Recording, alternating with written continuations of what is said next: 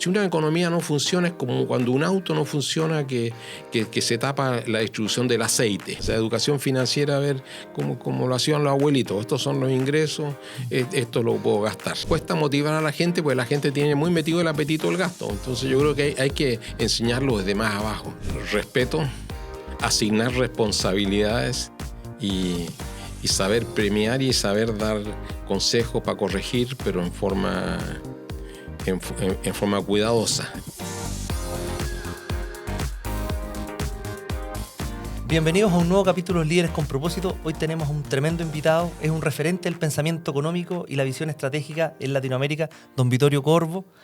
Doctor en Economía del MIT, fue presidente del Banco Central de Chile entre el 2003 y el 2007 y asesorado a organismos como el FMI, el Banco Mundial y el BID. Pero más allá de su brillante trayectoria académica y pública, hoy queremos descubrir al ser humano que hay detrás del economista, el líder, el mentor, el ciudadano que ha apostado por el desarrollo con propósito y que hoy sigue inspirando a nuevas generaciones. Bienvenido, don Vittorio. Muchas gracias, Gianfranco. No, muchas gracias por estar acá. A mí me gusta siempre partir por su familia. ¿Se nos puede contar un poco de su familia? Perfecto. ¿Cuántos hijos, nietos? O sea, primero, mi padre fue un inmigrante italiano que llegó a Iquique a los 25 años. Y ahí nosotros nos criamos en Iquique y a medida éramos 5 hermanos y a medida que terminábamos el colegio nos veníamos, el liceo público y la escuela básica en Iquique pública también, nos veníamos uno a uno a Santiago. Y yo como el menor fui el último. Cuando me vine yo, mi padre se vino al mismo tiempo, o sea, pocos meses después. Entonces, y en Santiago estudié ingeniería comercial en la Universidad de Chile, muy influenciado por un hermano mayor, uno de mis hermanos mayores, que estudió ingeniería comercial en la Universidad Católica. El otro hermano estudió ingeniería civil en la Católica. Entonces, yo estudié ingeniería comercial por lo que había visto de mi hermano Mario. Entonces, estudié ingeniería comercial en la Universidad de Chile, trabajé en Odeplan, y mientras estaba en la Universidad de Chile, conocí a mi señora, que era una compañera de curso. Nos casamos al año que yo terminé, que egresamos de la universidad. Se ocupaba harto eso antiguamente, hoy en día. Claro. Nos casamos mucho más tarde. Entonces yo me recibí un día jueves, nos casamos el día viernes y el sábado me fui a estudiar a MIT. En la misma semana. Todo Entonces yo estuve en MIT 3 años y medio, terminé mi tesis. Y el primer hijo nació mientras estudiaba en MIT. Regresamos a Chile por un año. Ahí nació mi hija, la segunda. Mi señora se vino embarazada.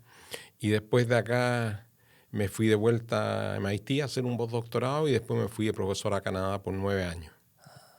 Regresé a Chile. Estuve en Chile 4 años y me fui al Banco Mundial por 7 años. Llegué a director del Departamento de Estudios Macro y el año 91 decidí volver a Chile. Y la familia me acompañó a todas estas cosas. Mientras estaba en Canadá dirigía un instituto de la universidad y tenía un proyecto grande en Túnez. Entonces yo iba mucho a Túnez, a África del Norte. Y en el Banco Mundial me tocó también mucho. Trabajé mucho sobre Corea. Tengo un libro editado con varios otros economistas que dirigí yo, un estudio que dirigí en el banco. Trabajé mucho con Japón. O sea, he dado cursos en Japón para economistas del gobierno de Japón y economistas de empresas japonesas. Lo hacían en conjunto con una fundación del Ministerio de Relaciones Exteriores. Fui 20 veces a hacer clases a Japón. Iba por una semana cada vez a formar líderes empresariales. Y mientras estaba en el banco tuve muchos proyectos. También estaba en un consorcio para mejorar el nivel de los estudios de economía en África, con sede en Nairobi. Nos reuníamos en Kenia o nos reuníamos muchas veces en Sudáfrica. Y también fui a asesorar a Corazón Aquino cuando recién asumió en Filipinas con una misión del Banco Mundial. Y también fui con una misión del Fondo Monetario y el Banco Mundial a asesorar al gobierno ruso el año 2001. Entonces, con mucha experiencia afuera, pero en Chile me radiqué en 91 de vuelta y aquí he estado. Mire, Ha estado por todas partes y aportando harto a la academia. A la academia y también a trabajos directos de economía aplicada, asesorando a gobiernos en políticas macro. Asesoré también, en el caso de Nicaragua, cuando comenzó el gobierno, después de que dejaron el gobierno los sandinistas, dirigí un grupo grande que llevé. Un expresidente del Banco Central de Israel me acompañó y también me acompañó Stanley Fischer, que fue también el número 2 del Banco Mundial y el número 2 del Fondo Monetario. Me acompañaron y llevé a varios economistas chilenos que me ayudaron también. O sea, he mezclado en la vida, en esa parte de mi vida, la parte académica mucho. Hice clase también en Georgetown por 4 años. Fui profesor visitante un verano en Stanford. Entonces, pero también me gusta mucho la parte práctica. Entonces, la parte práctica la hacía siempre asesorando a gobiernos o equipos económicos. Entonces, he estado en Argelia y en América Latina, prácticamente en todos los países. Sí, es importante eso de mezclar lo de la academia con lo práctico, porque muchas veces muchas investigaciones se quedan en las bibliotecas y no se puede transmitir al mundo real. Y uno aprende cuando uno está en el mundo práctico, aprende también a darle más prioridades a cosas que tengan base analítica, pero que tengan usos. Entonces, a mí no me gusta, cuando era joven, me gustaba mucho la teoría por la teoría. Pero después, con el tiempo, me fui pasando al área de la teoría me servía, pero para buscar aplicaciones. Claro. Interesante, don Vittorio. ¿Qué recuerdo tiene en su infancia o juventud que cree que marcaron su forma de pensar, su forma hacia dónde lo guió la vida a todo lo que llegó a ser? Yo creo que un ejemplo lo tuve yo en el esfuerzo de la familia por educar a los hijos. O sea, mi madre especialmente tenía muy claro que nosotros estábamos en Iquique, un pueblo chico que en esa época tenía 40.000 habitantes. Éramos inmigrantes, o sea, mi padre inmigrante, que mi padre nunca habló bien español.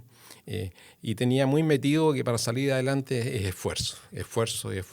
Cuando niño yo a veces no me daba cuenta, pero tuve el ejemplo de mis hermanos mayores, que los dos terminaron en Iquique, como digo, tienen poca diferencia de edad, entonces hicieron todo el colegio juntos y llegaron a la universidad al mismo tiempo. No conocían a nadie en Santiago y vivían en una pensión a la entrada de Vicuña Maquena, y uno entró en ingeniería civil a la Católica y otro en ingeniería comercial en la Católica también.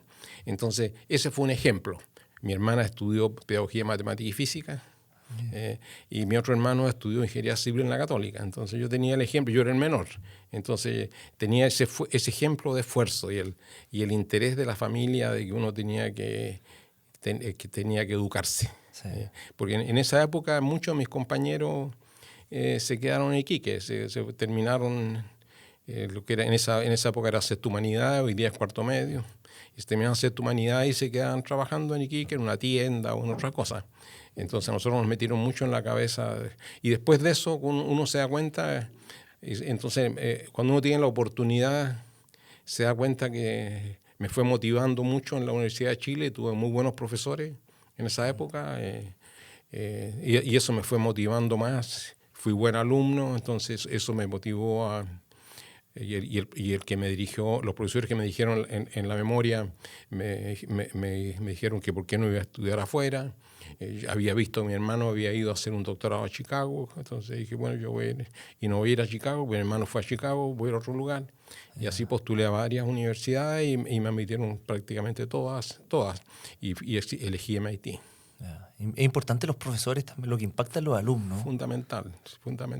Y yo también aprendí eso después, también me dediqué mucho a los alumnos en la universidad, me dediqué mucho a formar alumnos, tanto afuera como en Chile. ¿Y qué es lo más difícil que le ha tocado como educador de alumnos? ¿Cuál es el desafío que tenemos hoy en día? Yo creo que el desafío en forma creciente es motivarlos. Hoy día tienen muchas otras cosas. En mi época y en las épocas que enseñaba, los primeros 10, 15 años de enseñar, el alumno estaba mucho más concentrado en su trabajo universitario y hacía un gran esfuerzo por salir adelante, tanto mi experiencia en Canadá como mi experiencia en Estados Unidos. Con los años, hoy día tiene miles de otras cosas. Sí. Entonces cuesta concentrarse. Y lo que he visto que después de la pandemia cuesta mucho que vuelvan a las clases. Entonces se han acostumbrado mucho y también cuesta que vuelvan a las clases también los profesores, porque los profesores después de la pandemia los profesores trabajaron mucho de ir el día que hacen la clase y se vuelven. Es muy importante la interacción con los estudiantes. Sí. Entonces un tremendo costo que se pierde, interacción con los estudiantes y interacción también con los colegas. Sí. Entonces esa parte se ha perdido en lo que he visto yo de los últimos años. ¿Y usted cree que eso llegó para quedarse o puede que tengamos un retorno a lo que teníamos antes? Porque el estar con las personas uno realmente es totalmente distinto que mediante una pantalla. Claro, no hay ninguna duda. Ha sido muy difícil y afuera se han creado incentivos para hacerlo, pero no ha sido fácil. La mayor parte de las universidades tienen el mismo problema hoy día. O sea, las universidades de primer nivel en los Estados Unidos tienen el mismo problema, que se acostumbraron los estudiantes y se acostumbraron los profesores. Solamente han logrado que los estudiantes vuelvan, pero los profesores vuelven a hacer la clase y se van a su casa. Entonces trabajan desde su casa, con lo cual se pierde tremenda la interacción tanto con los estudiantes como también entre colegas. Sí. Y los mismos estudiantes con otros estudiantes también. Claro, eso también es un tremendo afecta. Claro. ¿Y hubo algún momento, persona, un poquito que impactó en usted cuando chico, que dijo, quiero dedicarme a esto? ¿Tuvo algún mentor o alguien que de repente lo motivó a irse por la economía, por el tema de la academia? No, cuando chico en la escuela básica y secundaria no, pero sí después sí en la universidad. En la universidad tuve muy buenos profesores, como dije, don Jorge Marshall, que era un abogado, Jorge Marshall, tío de Jorge. Tío, pensé que era abogado y uno de los primeros chilenos que estudió economía y sacó un doctorado en Harvard. Él dirigía el departamento de estudio del banco, era gerente de estudio del Banco Central. Hacía unas clases muy buenas, muy buenas. Yo llegué muy bien preparado a MIT, en parte por don Jorge. Entonces, él era muy bueno. Y el que más me marcó en la universidad fue Eduardo García Dacuña, que fue el primer chileno que hizo un doctorado en MIT, que sacó el título, y yo fui el segundo. Entonces, él fue mi mentor en la universidad, en el sentido que me motivaron mucho sus clases. Él me convenció de ir a MIT. Y mientras estaba en la universidad, el primer trabajo fue como asistente de él. Él era el subdirector de Odeplan en esa época, que se creó al comienzo del gobierno de Eduardo Frei Montalva.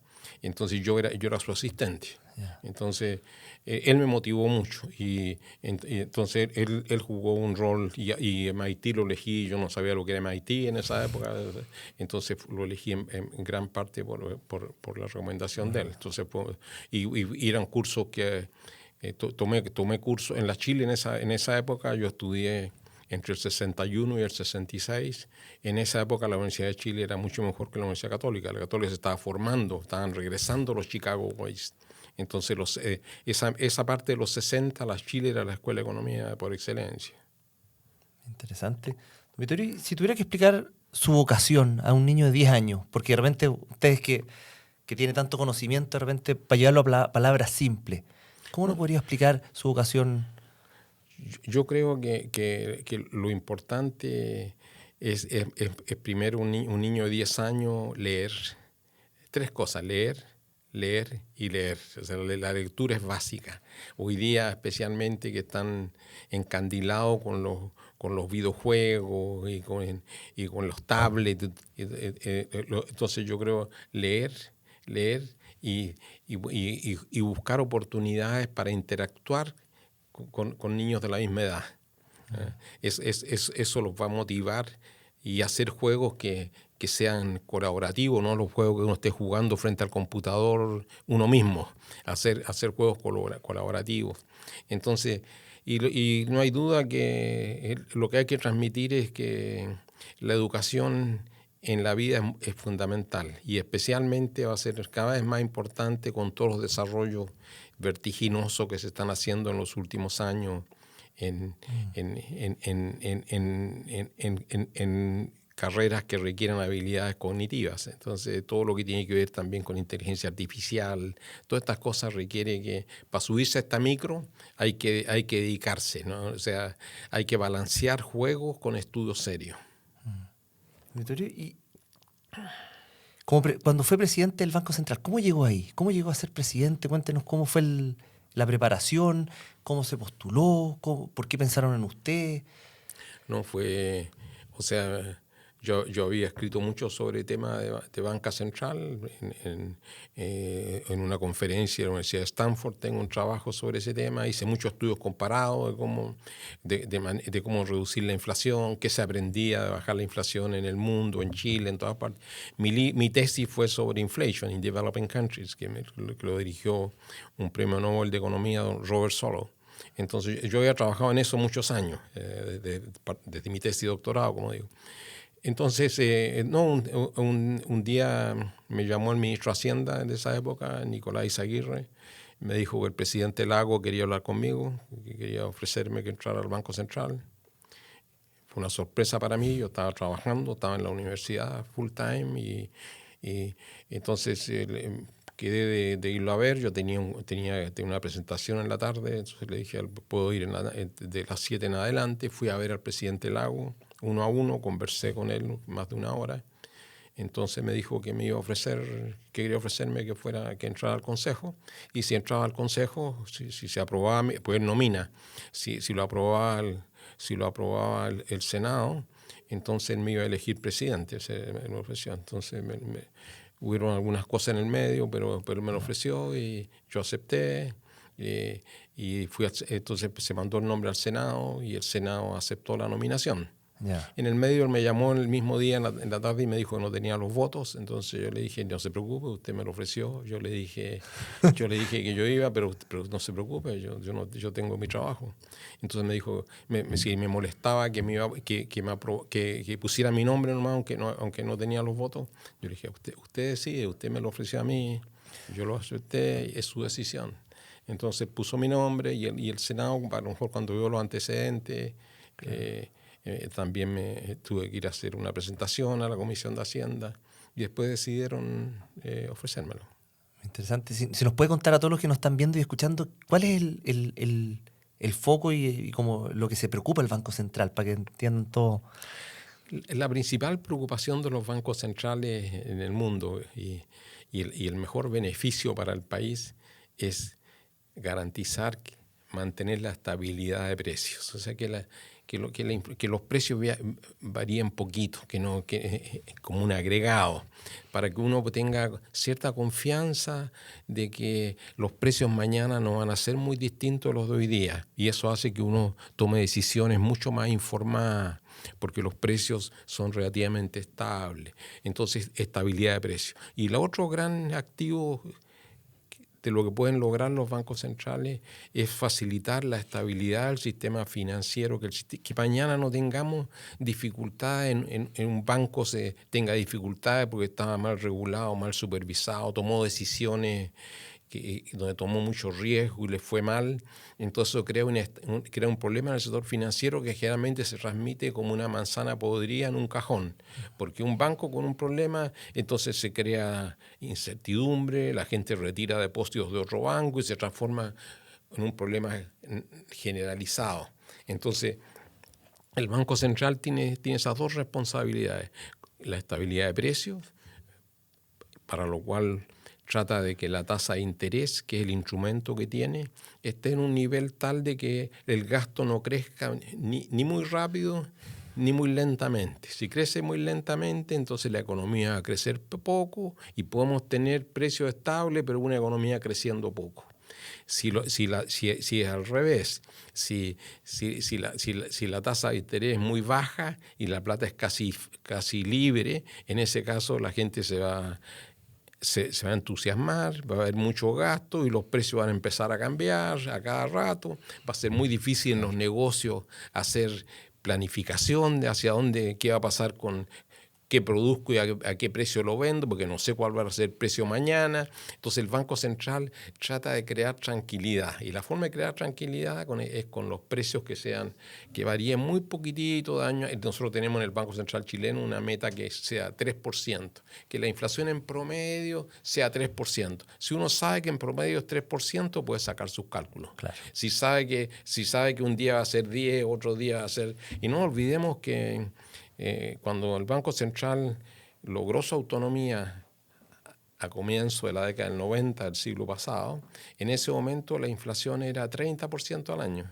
Hoy día pensamos que esas son cosas raras. Sí. Entonces, bueno, el Banco Central lo logró con la cooperación también de la autoridad fiscal, que la autoridad fiscal ha tratado de que el déficit fiscal se mantenga acotado, porque uno se requiere dos para tango. El Banco Central hace su trabajo en la parte monetaria, la autoridad política hace su trabajo en la parte fiscal. Y esas dos cosas, y el Banco Central, como digo, tiene dos objetivos: la estabilidad de precios y velar por la estabilidad del sistema financiero, para que el sistema de pago funcione.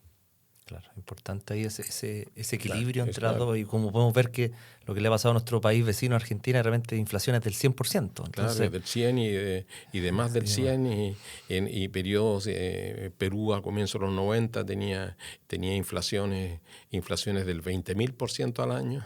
Claro. Entonces una locura. Sí. Y ahí, ¿cuál fue la decisión más difícil que le tocó tomar como presidente del Banco Central? ¿Y cómo la...? No, había muchas situaciones difíciles. O sea, muchas veces había muchas presiones de que el peso se había revalorizado mucho, entonces los exportadores reclamaban entonces en ese caso lo que había que hacer siempre el trabajo bien hecho, o sea, el trabajo bien hecho, ver cuáles son las causas y si esa causa puede estar relacionada con lo que hace el Banco Central. La mayor parte, en mi periodo nunca llegamos a la conclusión de que el precio estaba desalineado. Entonces se estudia, hay una metodología, está la forma de proceder, está escrita y está en la página web. El Banco Central interviene en el sistema cambiario cuando hay evidencia de que está desarticulado el mercado y cree que con su intervención puede articularlo de nuevo. Nunca llegamos a esa conclusión nosotros en esos 5 años que estuve yo de presidente. Pero en otros periodos ha sido necesario. Cuando por ejemplo, cuando hubo la gran crisis financiera, hubo que darle liquidez a los bancos para que el tipo de cambio no volara. Entonces el banco tiene reglas. Yo lo que traté de introducir en el banco, viendo mis experiencias internacionales, fue muchas reglas, tener todo claro. Entonces, y después el Banco Central chileno, como la mayor parte de los bancos centrales, se manejan por un consejo. Entonces el consejo es 5 miembros, lo cual tiene un tremendo valor porque eso permite discutir las opciones y discutirlas profesionalmente entre 5 iguales, donde uno es el presidente, pero se discuten entre los 5, la discusión es igual y al final se toma la decisión. Y a mí me tocaba liderar ese proceso. ¿Y cómo se eligen esas personas del consejo? ¿Quién las elige? El consejo, la forma que se elige es que hay una propuesta. El consejo, cada miembro dura 10 años, pero se renuevan cada 2 años. O sea, uno se renueva cada 2 años. Así siempre hay historia. Yeah. O sea, los 5 se eligieron primero en periodos traslapados, uno se eligió por 2, otro por 4, y de ahí cuando van venciendo son por 10 años, una vez que se completó la transición. Yeah, claro. La transición fue así. Entonces lo que hace el Banco Central es que cuando termina un consejero, terminan en diciembre siempre, depende de cuándo asumió, pero generalmente alrededor del 11 de diciembre, cuando se va a producir una vacante, el presidente de la República propone un nombre al Senado y el Senado estudia, los invita a la Comisión de Hacienda a hacer una presentación, le hacen preguntas y después vota al Senado. Entonces, y lo que trata de hacer todas las administraciones desde que partió el Banco Central, trata que sea balanceado, que no esté cargado para un lado o para otro. Yo entré en mi calidad de independiente. Yeah. Interesante. Y entonces vota el Senado y el Senado y el presidente del Consejo lo elige el presidente de la República entre los consejeros en ejercicio. Ya. El presidente que está de turno elige al presidente dentro de los consejeros. Claro. Entonces yo entré como consejero y inmediatamente me eligió el presidente Lago como presidente del Consejo. Ya. ¿Y cómo fue esa conversación con el presidente Lagos? No, muy profesional. El presidente Lagos tiene un doctorado en economía. Es muy capo. Aparte de ser capo en la parte política y con la estatura que tiene internacionalmente, pero él también tiene una formación en economía. Entonces tuvimos una conversación franca que me preguntó qué creía yo que debería ser el Banco Central. Le dije qué pensaba, él me dijo lo que pensaba él y conversamos muy francamente. Y yo tuve muy buenas relaciones con él, aunque el Banco Central es completamente independiente. Entonces, en mi época, la relación con el Ejecutivo era principalmente a través del Ministro de Hacienda. Y con el Ministro de Hacienda nos juntábamos cada 2 semanas a discutir la situación internacional y la implicancia para Chile, pero las decisiones de política monetaria la toma solamente el Banco Central. Y no hay conversaciones en la semana de reunión de política monetaria, no hay conversaciones con el Ministerio de Hacienda. A eso se refiere todas las reglas que tiene que tener para que... reglas. Claro, si y no, hay periodos de bloqueo. Entonces la semana que toca reunión de política monetaria, esa semana entera no se puede hablar con la prensa, nada. Hay que tener reglas. Sí. O sea, si lo invitan a uno, le dicen, mire, yo no puedo, estoy en bloqueo. Pero eso lo hacen la mayor parte de los bancos centrales del mundo. Entonces hemos aprendido de esas cosas. Y muchas de esas cosas las instauramos en Chile también. Sí. Y con toda su experiencia que ha tenido afuera pudo traer en ese periodo. No hay duda. Y ahora entrar un poquito más en tema de liderazgo. Usted comentó también que se ha preocupado de formar a líderes en las universidades. ¿Qué es lo que usted encuentra que nos falta a los liderazgos hoy en día, hablando aquí en Chile o a nivel mundial?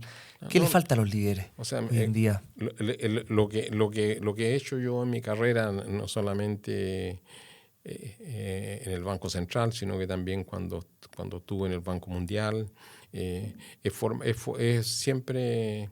yo en el Banco Mundial yo era parte de 5 economistas que teníamos que darle el pase a cualquier economista que entraba al Banco Mundial. Lo interrogábamos y después, basado en eso, hacíamos un informe y basado en ese informe si se contrataba o no. Me tocó 5 años, fui a París a entrevistar candidatos europeos al Banco Mundial y los entrevistaba. Estaba en París de lunes a viernes y escribía en la noche los informes. Entonces buscando un poco cuán abierta tienen la mente, qué pretenden hacer, cuánto dinamismo veo en la persona. Entonces, esa era la etapa inicial. Y después en la vida trabajando con profesionales, siempre darle oportunidades para desarrollarse. Entonces, ando buscando siempre personas inquietas, que tengan ambiciones de hacer un trabajo bien hecho y que su trabajo tenga un sentido en la sociedad. Entonces yo creo que formé muchos estudiantes en las universidades, he formado muchos, y eso ha sido básicamente, cuando veo un estudiante despierto, motivado, lo sigo motivando. Y muchos de ellos han ido a MIT a sacar su doctorado, o a Harvard, o Berkeley, o Yale, o Stanford, Princeton. ¿Qué fue el mayor aprendizaje que obtuvo usted yendo al MIT? ¿Qué lo hizo cambiar en su forma de ver el mundo, la economía? Claro, la ventaja que tuve la suerte de ir a MIT, un departamento muy chiquitito que admite 25 estudiantes al año al doctorado, 25. Entonces tuve compañeros de muy buen nivel. Tuve profesores que se dedicaban a los estudiantes. O sea, invitaban a la casa a los profesores a comer. Eso se ve poco, hasta en Chile se ve poco. Entonces era una cercanía muy grande. Entonces el nivel de discusión era muy bueno. Habían seminarios que venían otras estrellas de otras universidades y yo veía la discusión en la cual participábamos todos. Entonces MIT me sorprendió, como digo, el esfuerzo, la cercanía de los profesores con los estudiantes, eso me sorprendió mucho. Y el nivel de los profesores, o sea, en MIT, en la época que estaba yo tuve clase con varios con Paul Samuelson, que al poco tiempo fue premio Nobel, bueno, Robert Solow, que me dirigió en la tesis, fue premio Nobel, Franco Modigliani, con el cual incluso me ofreció un trabajo, fue premio Nobel, o sea, estaban en la frontera. Estaban en la frontera, pero era gente sencilla, era gente muy sencilla, o sea, muy sencilla. Entonces, y le daban espacio a uno, uno no se sentía, como decía, ¿qué hago trabajando con esta luminaria? ¿Qué voy a contribuir yo? Pero siempre buscaban, por ejemplo, fue una experiencia muy interesante trabajar en la tesis con Robert Solow. Robert Solow se sentaba media hora en la mañana, un día a la semana, conversábamos media hora, una hora sobre un capítulo de la tesis, ideas van, ideas vienen, y yo seguía trabajando. Interesante poder tener la oportunidad de estar con esas mentes brillantes y poder aprender de conversaciones. Claro, y la otra cosa, yo tuve la suerte, como que fui a MIT, pero en 2 paralelos del metro había otra universidad también muy buena que se llama Harvard. Teníamos mucha rivalidad, sí. pero muchos cursos los tomé en Harvard también, porque si había un profesor bueno en Harvard, hay un sistema muy fácil de tomar cursos en otra universidad también. Entonces, yo tomé todos los cursos obligatorios en MIT, pero tomé optativos en Harvard también. Y los cursos, yo me especializaba en esa época mucho en econometría, así que tomé la secuencia de econometría en MIT y después la tomé en Harvard también. Pues no era igual sí. La forma que te enseñaban y los temas y todas las cosas. Entonces, qué difícil es ese ramo de econometría que lo nombró ahora. Yo lo pasé en la universidad, qué difícil. Es el que más le cuesta, yo creo, a todos. Y después hice clase. Y ustedes porque yo me especialicé en econometría en MIT. Entonces, cuando me fui de profesor a Canadá, yo enseñaba la secuencia de econometría, pero después me fui pasando a cosas aplicadas.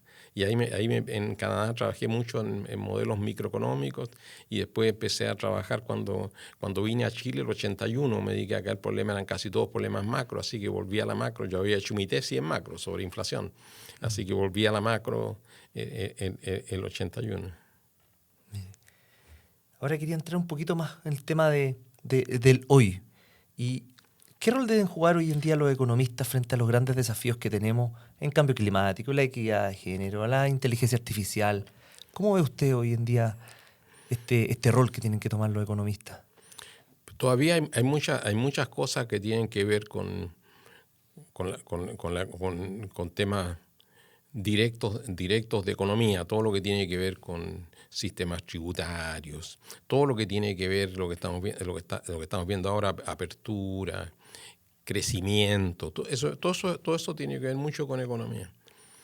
Pero también hemos avanzado en los últimos años por los avances tecnológicos, especialmente todo lo que tiene que ver con inteligencia artificial, la preocupación por el medio ambiente. Entonces, esos son temas que hoy día han habido contribuciones muy importantes de economistas también en esa área, porque es economía aplicada y es microeconomía aplicada a todo lo que es economía ambiental. Las grandes contribuciones la han hecho economistas, especialmente William Nordhaus, profesor de Yale, otro premio Nobel. Entonces, pero también todo lo que tiene que ver ahora con inteligencia artificial. El economista jefe de Google es un economista, Hal Barron, que fue profesor en Princeton y fue profesor en MIT. Y de MIT se fue como Chief Economist a Google. Entonces, lo que estamos viendo hoy día, especialmente en inteligencia artificial, abre tremendas oportunidades, pero requiere también hacer el salto a conversar con esa nueva tecnología. Da grandes oportunidades, pero también es riesgosa en sus aplicaciones. Muchas de estas cosas de inteligencia artificial va a terminar sustituyendo al trabajo. Y otro va a terminar, especialmente para los profesionales, aumentando su capacidad. Claro. Entonces el reto grande es el reto grande en esto es que domine el hecho que coopere con el trabajo para subir la productividad en vez de que desplace trabajo. Sí. Mientras, especialmente países donde la población todavía está creciendo. En Chile ya estamos llegando al punto en el cual la población va a empezar a crecer. Entonces en Chile es más importante, aunque sustituya por trabajo, va a ser útil en el futuro. Sí. Por el hecho de que necesitamos reemplazar trabajo por algo porque no va a estar el trabajo. Entonces yo creo que esas son áreas de todo lo que tiene que ver con no cometer errores en distribución de ingresos. Se requiere entender bien la microeconomía y los incentivos que resultan de los sistemas tributarios y los sistemas de gasto público. Entonces, en eso se ha avanzado mucho. Se ha avanzado mucho en cursos de finanzas públicas y en formación en finanzas públicas. Se ha avanzado mucho en esa área. Pero la inteligencia artificial es una gran innovación que digamos, apareció de repente, es una cosa que apareció en los últimos 2-3 años, los usos y las aplicaciones, y ahora hoy día uno no puede hacer nada sin inteligencia artificial, o sea, le sirve un montón, pero hay que saber usarla. Y para saber usarla hay que tener la metodología y hay que saber también del campo. Uno no puede usar inteligencia artificial en áreas que no sabe. Entonces es un gran instrumental si uno tiene la formación, porque si no le pueden decir que el camino para irse a la playa va para la izquierda y choca con un túnel. Tiene que saber hacia dónde quiere ir. Claro. Sí, o si no va a ser muy... Claro. Con toda la experiencia que he tenido, sobre todo en el Banco Central y esa experiencia internacional, ¿cómo se construye confianza en equipos de alto nivel? Porque para mí la confianza es sumamente importante y creo que como país hemos perdido en cierta confianza que tenemos que retomarla, sobre todo para crecer, ser un mejor país. ¿Cómo usted ha podido construir confianza en los equipos que ha estado liderando? Primero, respeto, asignar responsabilidades y saber premiar y saber dar consejos para corregir, pero en forma cuidadosa, o sea, porque uno se aprende también con errores. Entonces la confianza se crea asignando tareas y apoyando mientras se desarrollan las tareas, pero en forma constructiva. Así buen trato, o sea, algo que en Chile escasea. O sea, el buen trato a todo nivel, o sea, con los ayudantes que uno ha tenido, con los alumnos, buen trato, pero también asignando responsabilidades y uno tiene que mostrar que va a cumplir con las responsabilidades que le asignan. Es de dos partes. Sí. Entonces yo creo que en eso, en Chile, desgraciadamente, en los últimos años ha costado. ¿Ah? Entonces yo creo que en eso, y también ahí lo que ha pasado en gran parte, todos estos avances en digitalización y en informática han hecho un poco separarse, las relaciones humanas han quedado un poco rezagadas. Entonces uno conversa más con la computadora y con el iPhone o el teléfono inteligente que lo que conversa con otros profesionales. Entonces, pero yo la confianza, construyendo equipos y asignar responsabilidades claramente establecidas, darle feedback y así uno va formando. Importante eso lo que dice usted, del relacionamiento, que hoy en día lo perdemos mucho con esta tecnología, con las distracciones que tenemos hoy en día con redes sociales, con todo eso, como que perdemos un poco el aquí y el ahora y nos vamos o muy para adelante o nos distraemos fácilmente. Aquí un poquito, ¿cómo lo ven su familia? ¿Cómo lo ven a usted? Porque todo lo que ha logrado, todo lo que le ha tocado viajar, ¿cómo lo ven? ¿Lo ven como un referente? ¿Cómo se siente usted o cómo le gustaría que lo vieran sus nietos que lo estuvieran escuchando de aquí en 15, 20 años más? No, yo creo que los nietos aprecian lo que ha hecho su abuelo. ¿Cuántos nietos tiene? Tengo 5 nietos. Tengo una nieta mayor que terminó ingeniería civil en la Universidad Católica. El nieto que sigue terminó ingeniería civil en Georgia Tech, en los Estados Unidos. La tercera está en la universidad. Y los otros 2 de mi hija son más chicos. Uno tiene 14 y el otro cumple 11 ahora. pero los cinco saben quién es su abuelo. Sí. Y todo lo que conversa, al final usted lo comparte harto en la casa. Todo claro, compartimos y conversan y especialmente el más chico hace preguntas ya, aunque tiene 11 años, hace preguntas ya de economía y cosas en la mesa. No, ni una duda. O sea, a todos lo ha picado el bichito, conversando, viendo a su abuelo y conversando con su abuelo. Entonces... Ni una duda. Entonces, y lo ven, o sea, lo ven con cierto orgullo lo que uno ha avanzado en la vida. Y si nos puede explicar bien qué es lo que le apasiona de la economía, porque muchas veces cuando me ha tocado a mí conversar también, no, la economía, pucha, de repente no la entiendo, de repente me latea, de repente...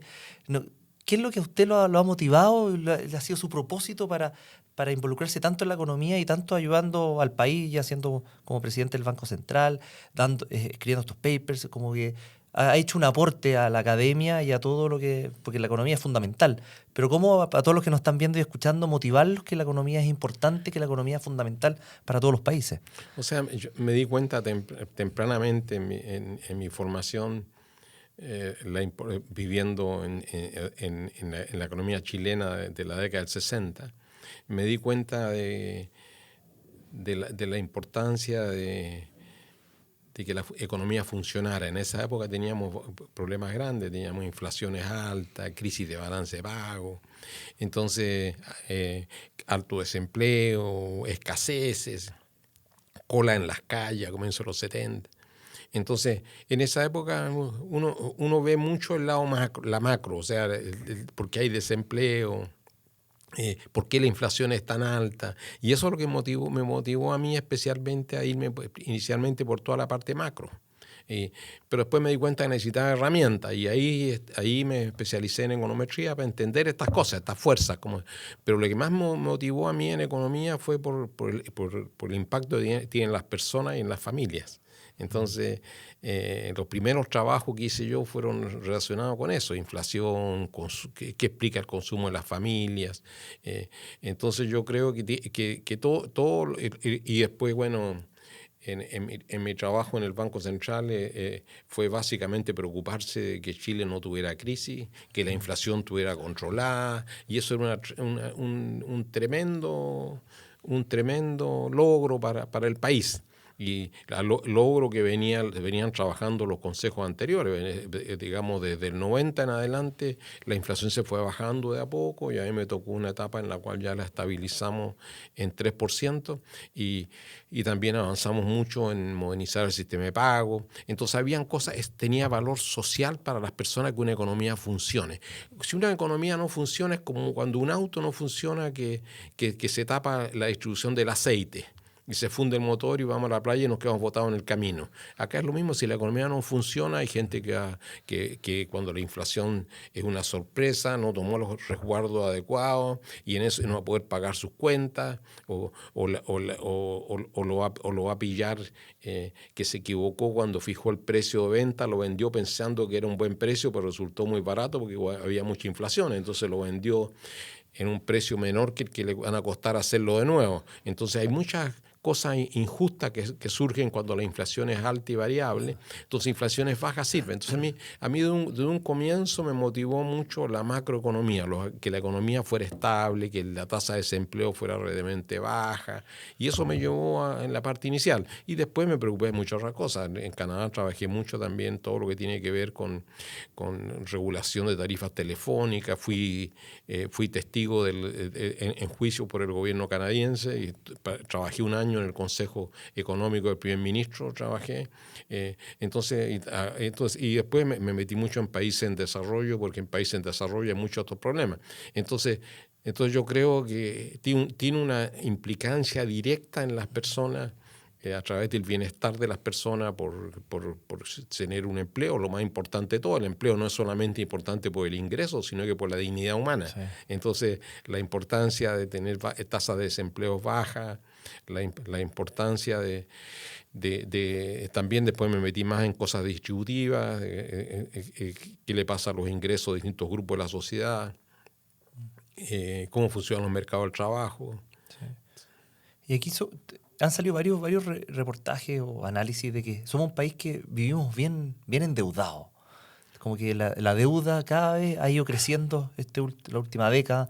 De las personas nos endeudamos más. ¿Usted qué cree que nos está pasando y cómo poder esto mejorarlo? Porque al final eso les pega totalmente a las familias, porque al final endeudarse más, pagamos mayores intereses, y al final el costo Primero se requiere educación financiera. Muchas veces, y ahí el Banco Central ha hecho esfuerzo y también han hecho esfuerzo las universidades y también los bancos han hecho esfuerzo. Educación financiera. Muchas veces uno dice, esto lo voy a pagar en 20 cuotas, no importa, 20 cuotas, perfecto, 20 cuotas. Pero llega a la cuota, eso significa que yo usé parte importante de mi ingreso en cubrir esa cuota y vivo sin capacidad de tener colchones si mañana tengo cualquier problema médico o tengo una necesidad en la familia o un accidente y vivo sin colchones, entonces vivo muy apretado siempre. Y nos hemos acostumbrado también en parte con todos los avances de los últimos años tecnológicos y todo, cambiar siempre al último modelo de tal cosa. Compro lo voy a pagar en 24. Entonces yo creo que eso requiere educación financiera. O sea, educación financiera, a ver cómo lo hacían los abuelitos. Estos son los ingresos, esto lo puedo gastar. Entonces, hoy día lo que pasa es que hay mucha oportunidad. En el pasado era esos son los ingresos, se puede gastar y había poca oportunidad de endeudarse. Sí. Hoy día que hay mucha, uno dice está más expuesto a tomar decisiones de gasto mucho más allá de sus ingresos sostenibles. Entonces, eso es educación. A nivel de país, hemos avanzado significativamente, porque lo que hemos avanzado a partir del comienzo del 2000, lo que se hizo fue tratar de gastar el sector público de acuerdo a los ingresos que son más sostenibles. Tú hablabas de sostenibilidad al comienzo, más sostenible. En el pasado, cuando el precio del cobre era muy bueno, nos dábamos una fiesta, subíamos los salarios a profesores, todo. Cuando el precio del cobre era malo, salía con el platillo a endeudarnos afuera o a pedirle plata al Fondo Monetario o al Banco Mundial. Entonces eso se reformó. Ya se había reformado algo en los 80, cuando se trató de aislar el precio del cobre y hacer el presupuesto de la nación basado en el precio del cobre. Pero eso se perfeccionó muy bien en una regla fiscal a comienzos de la década del 2000, en la cual se gasta de acuerdo con los ingresos de largo plazo, con la capacidad de producir del país de largo plazo. Entonces hay una forma más sofisticada. Y eso ha hecho que nosotros en finanzas públicas, aunque la deuda ha subido, pero si consideramos la deuda del país comparado con el producto del país, es como comparado con el ingreso de una familia, el producto del país, nosotros tenemos la deuda producto más baja de América Latina. El problema es que ha crecido fuerte en los últimos años, pero nosotros tenemos una deuda a producto bajo 42%. O sea, los países emergentes donde estamos clasificados nosotros, emergentes de ingreso medio alto, tiene una deuda a producto del 80%. Nosotros estamos bajo el 42%. Entonces, como país lo hemos hecho. Las familias en Chile tienen mucho más espacio para ser mucho más prudentes. Y eso requiere educación financiera. ¿Y cómo podemos educar financieramente como país? Porque yo lo veo, o sea, en el colegio, en la universidad, no hay mucho de esto. En las empresas tampoco, para educar a su gente. Entonces, ¿cómo? No, se han hecho esfuerzos. Hay cursos que hace el Banco Central, hay cursos. El Banco Central tiene también un concurso todos los años en la economía más cerca que compiten los colegios de todo Chile, y el colegio ganador se le invita a Santiago en educación financiera y educación de inflación. ¿Por qué la inflación es mala? ¿Por qué es mala la inestabilidad financiera? Pero también hay cursos organizados por bancos o por la asociación de bancos. Hay cursos y compañías de seguro que organizan cursos. Lo que pasa es que cuesta motivar a la gente, porque la gente tiene muy metido el apetito del gasto. Entonces yo creo que hay que enseñarlo desde más abajo. Hay que enseñarlo desde los colegios. Y eso es muy difícil en Chile, porque los colegios le tienen metido 400 cosas más. Entonces eso no ha entrado en los colegios, pero eso tiene que entrar desde los colegios. Claro. Desde chico. O sea, desde chico. Hay varias cosas. Estuvimos también en un capítulo ahí conversando con la Katy Ruz también, de cómo educar a los hijos, dándole una mesada, que ahorren, eso dándole... es parte. O sea, en la casa es eso. En la casa darle una mesada y que esa es la mesada. Y para que ellos aprendan desde chicos que tienen que tener prioridades. Si quiero gastar en una cosa, esa es tu mesada. Vas a dejar de gastar en otra. No puedes venir después y darme otra mesada. La mesada se llama mesada. Claro. Eso es parte de la educación. Esa es la educación en la casa. Sí. Pero también la educación en la casa es fundamental, la educación de la familia, pero también en los colegios. Sí, es fundamental eso, yo creo que también. Y ahí le quería hacer una pregunta, ¿cómo ve usted el tema de las universidades con respecto a cómo, porque uno generalmente ve las mallas de las carreras y ve que no han cambiado mucho en los últimos años, y el mundo ha cambiado mucho? ¿Qué opina usted de que hay que hacerle un refresh a cómo enseñamos en las mismas universidades, dado los cambios que desde mi punto de vista, y eso quería saber la opinión de usted, va mucho más rápido cómo va el mundo versus cómo va los cambios dentro de las universidades, las distintas carreras? Claro, lo que pasa, no hay duda que eso es cierto, pero hay que tener cuidado porque muchas de estas cosas a veces son modas. Entonces uno tiene que formar profesionales no para hoy día, sino para hoy día y 20, 30 años más. Son los que están saliendo al mercado, los que vamos a estar preparando para que salgan al mercado. Entonces tiene que ir adaptando, pero la velocidad tiene que estar calibrada. Porque o si no podemos encandilarnos con lo último de ahora y vamos a dejar a los alumnos mal preparados porque es una moda. Claro. Pero no hay duda que la verdad está en el medio. Entonces, Sí. a lo mejor en muchas cosas nos hemos quedado muy atrás. Pero yo veo el esfuerzo que se está haciendo en la universidad en esto. A lo mejor hay que hacer más y va a depender de carreras específicas. Pero eso requiere también, en muchos casos, capacitar a los profesores. No solamente en las escuelas básicas y secundarias, también en las universidades, porque esta tecnología se mueve muy rápido. Sí. Y ahí tocó el tema de los profesores. ¿Cómo mejorar? No sé si los profesores en sí, pero también los profesores, como siempre, son mal vistos en el sentido, son los que nos educan desde niños, o sea, cumplen un rol fundamental en la sociedad. Y todos sabemos que la educación son los que nos ayudan a salir a crecer como país.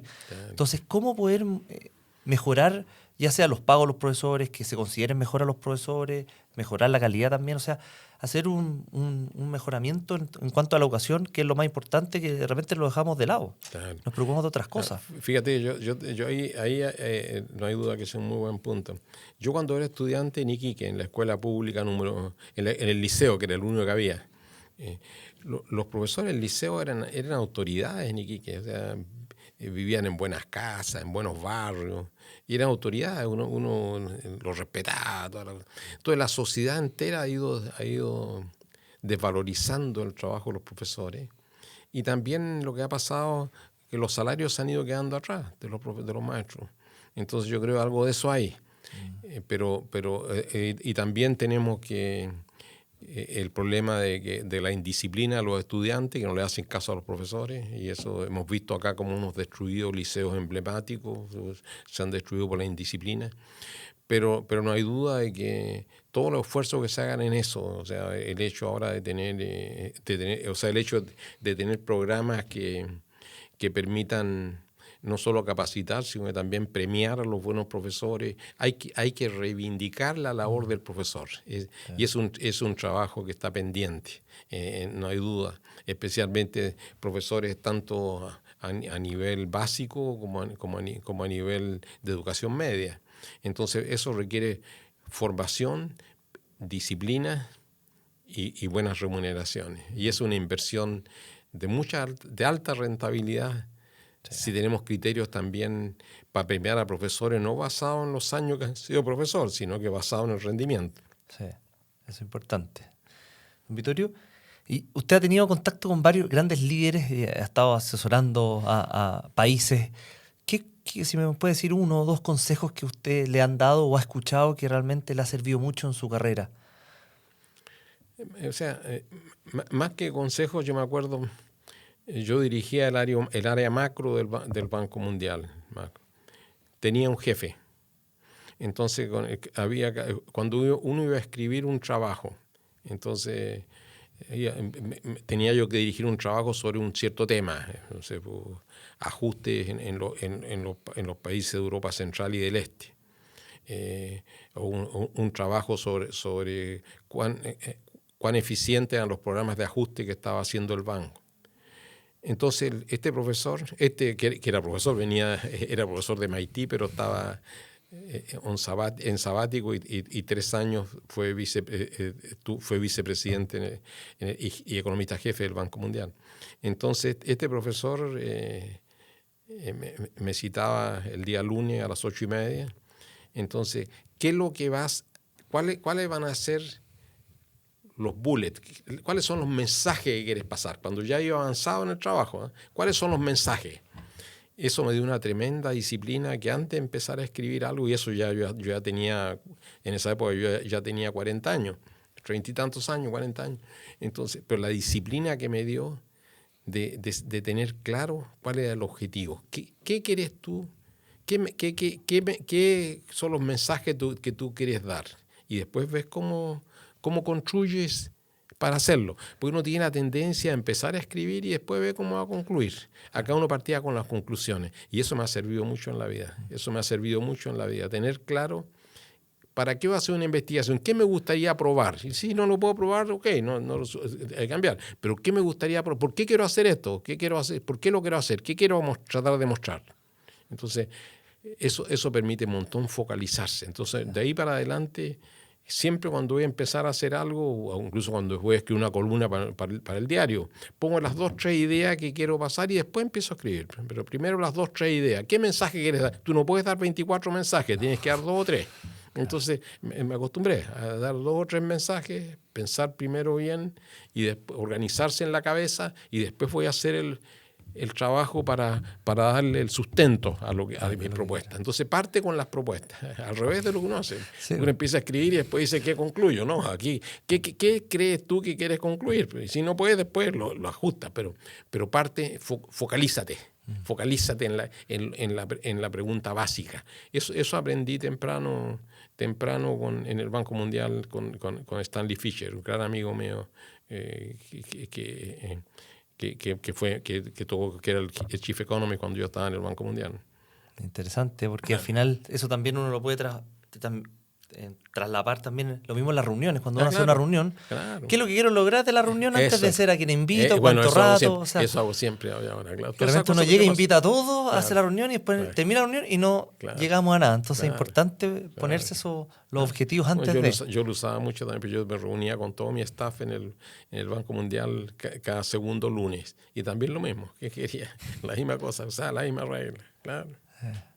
Bueno, don Vittorio, se nos pasó volando el tiempo. Le quería agradecer por estar acá, por compartirnos parte de su historia, parte también de todo lo que ha aprendido, y bueno, felicitarlo por todo lo que ha hecho por el país, también por el mundo, porque ha estado en todas partes, y un lujo tenerlo aquí de invitado y habernos regalado estos minutos. Muchas gracias, Gianfranco, por la invitación. Muchas gracias, y yo creo que ha sido una invitación, una conversación muy interesante. Así, muchas gracias, don Vittorio, y muchas gracias a todos los que nos escuchan, nos ven. Recuerden seguirnos en Spotify, YouTube, para estar al tanto de los siguientes capítulos, y un abrazo grande y hasta la próxima.